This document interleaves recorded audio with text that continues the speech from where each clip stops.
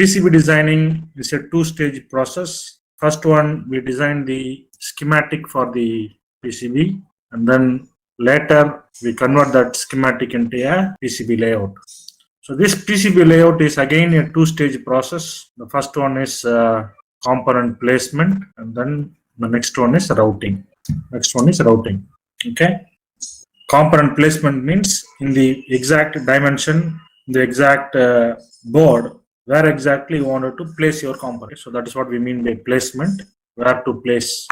Routing means you need to physically connect them using tracks. So there is a broad outline of how do we design the PCB. So far in the PCB designing, we have completed the schematic part. Schematic part means we have completed the circuit diagram, the Proteus platform. So in stage one, we started with our schematic designing. Schematic designing means drawing the circuit diagram. Okay, so yesterday we designed a power circuit. This is my 2-pin header. 2-pin header means it is a connector where we connect the secondary of the transformer, followed by the rectifier, followed by the filter, followed by 2 voltage regulators. This is 7812 and this is 7805. And then I need 3 connectors for 12 volt so that the users can make use of for powering their boards, external boards, and 3 5-volt lines so that it can be used for powering any 5-volt peripheral device. And at the end of the day, we also require a power LED. So this is the small circuit diagram that we made, and that is what it is visible to you. Now, this is stage 1. Stage 2, we have to go for designing the PCB. The PCB layout, as I told you, there are 2 steps. First one is component positioning. Second thing is routing. Positioning is you need to have some level of imagination. So again, I will ask you to take your rough notebook and put a rough layout of your PCB, and then you just imagine yourself where you wanted to position your components. So in the left hand side, I want my headers for connecting my secondary of the transformer. So I need 3 headers on the top side for 12 volt. I need 3 headers on the bottom for 5 volt. And then typically my bridge rectifier, followed by filter, followed by voltage regulator circuitries should come in the middle. So this is the rough idea that I have in mind. Not necessary that you have to completely picture how your final PCB should look like, but a rough idea, because you cannot start something on a blank paper. So, and you should also have some rough idea about what should be the width and height of the PCB that you are planning to design. So this is my length versus width or breadth, whatever you call it as. So what is the physical dimensions of the board that you are looking for? So in centimeters. So that will also decide what is going to be the final cost of my PCB. So you have to make sure that the size of the PCB is as small as possible, so that we end up in paying small amount of money, because the larger the board size, the larger the money that we have to pay. This is regarding positioning. And also when it comes to positioning, for the sake of reducing the size of the PCB, do not cramp your components too close in order that you have to come with a very small sized PCB, and eventually you will be in big soup when you are trying to route them. So place the components in a neat format so that you don't actually give too much of free space. At the same time, don't cramp the component too close. So it is like you should have some kind of a judicial over the period of time. Once you start designing PCB, you will eventually understand what I mean. So this is regarding positioning of components. Routing of components means for the 2 different components, we need to give connections and then we have to wire them. So routing means giving connections and wiring using tracks. So routing is a process of connecting the component using tracks. So when I say track, there are 3 important terms that you have to take into consideration. First one is track width. What should be the width of the track that I am using in order to draw my connections or routing? Let us say this is one track. This is 0.25 millimeter. Let us say a slightly thicker version of the PCB would, this is a slightly thicker PCB, slightly thicker track. This is slightly thicker than that. This is 0.25. This is 0.5. This is 1 mm. So this is different track width. So there is a mathematics behind this. What should be the track width? Your power lines, like your plus 5 volt and your ground lines should normally be always thicker when compared to the signal lines. So let us say to start with, let us uniformly have 1 mm thickness for all the tracks. Just for understanding, later on, let us change the thickness of the track power lines to a different thickness. To start with, let us have a 1 mm thickness. And the second one is track clearance. Track clearance means how close the two tracks are, so that they don't pick up interference from one signal to another. So it is just like your classroom when there is a bench. When two fellows are sitting very close, there is a possibility that they will pick up the interference. Means they will always talk and they will create noise. So that is similar to PCB designing also. When two tracks are very close to each other, the signal will, they will have a crosstalk, and the signal with one wire or one track will interfere with the other.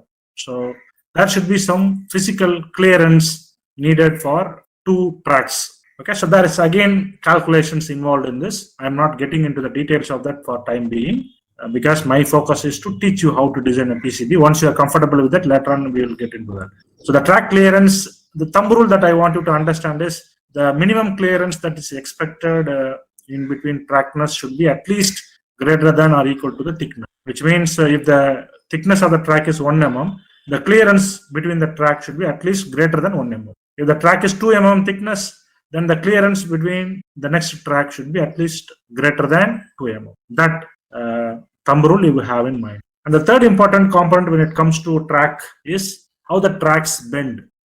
Let us say I have one pad here. A pad is a contact point of an IC or whatever it is. I have another pad here. So now I am trying to connect these two pads by using a track. So one way of connecting them is straight away you can connect this like this. That is perfectly okay. Suppose if somebody, because of some constraints that I cannot connect it that way, if somebody is trying to connect like this, an L-shaped bend like this is normally not recommended. Okay, so avoid 90-degree turns. Avoiding 90-degree turns means you should not bend the tracks like this. 45 degrees okay. So you can draw the same PCB like this. This is okay. Go straight, 45, again 45. This is okay. But don't have a sharp bend like this, because the PCBs tend to pick up noises in these corners. Okay, so never have a 90-degree bend. So that also you keep in mind. These are all some simple techniques that you should keep in mind before we start routing our PCB. So this is the schematic that we designed yesterday, and this is the PCB layout. These components are already available here. Now let us place the components one by one. So let us start with J1. I am assuming that you are able to see this circuit diagram.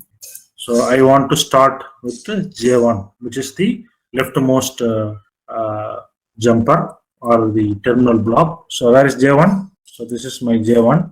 So I put my J1 here. So if you see J1 is a 2-pin terminal with pin number 1 and pin number 2.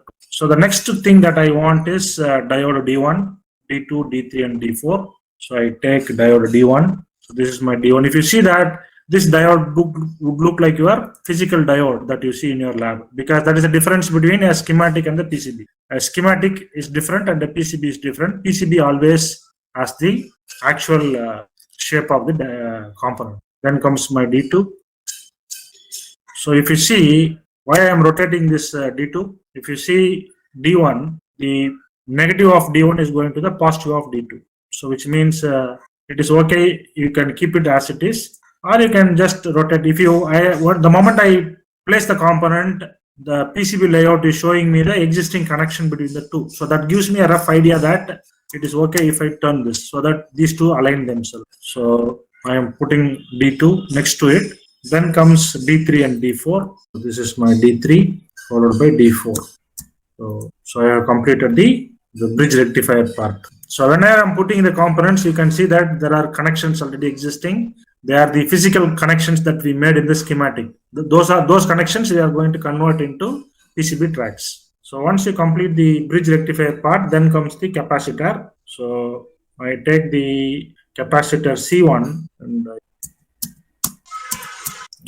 position them like this, and then followed by the capacitor I have voltage regulators U1 and U2. So go to U1. This is my voltage regulator. You can in fact this is my voltage regulator, and just align them like this. Followed by U1, you have U2. This is my U2. Between U1 and U2, you have the two stabilizing capacitors, ceramic capacitors. So I take C2 and put them somewhere here. And I have C3. And I put somewhere in the bottom section. In fact, C2 should come first. So put it here. You can put them as you like, but then let's go as per our schematic. So I'm just putting them in a way it is looking in this schematic so that it is easy for you to correlate later on. C3. So finally you have the light emitting diode on the resistor. I take the resistor. Let's take the light emitting diode first. So this is my light emitting diode. And then I also have the final resistor. Now rotate this. Okay, so that is my resistor. And here comes my terminal blocks. So J2, J3, J4 for 12 volt. So I take the J2, J3, J4. And then 3 more jumpers. J5, J6, J7. So this is my component positioning. So if you think that this is extending the size of the PCB, maybe we can put this jumper. This space is empty, so we can put this jumper here so that the transformer jumper straight away goes to the top side, reducing the overall size. Okay, so that completes my component positioning.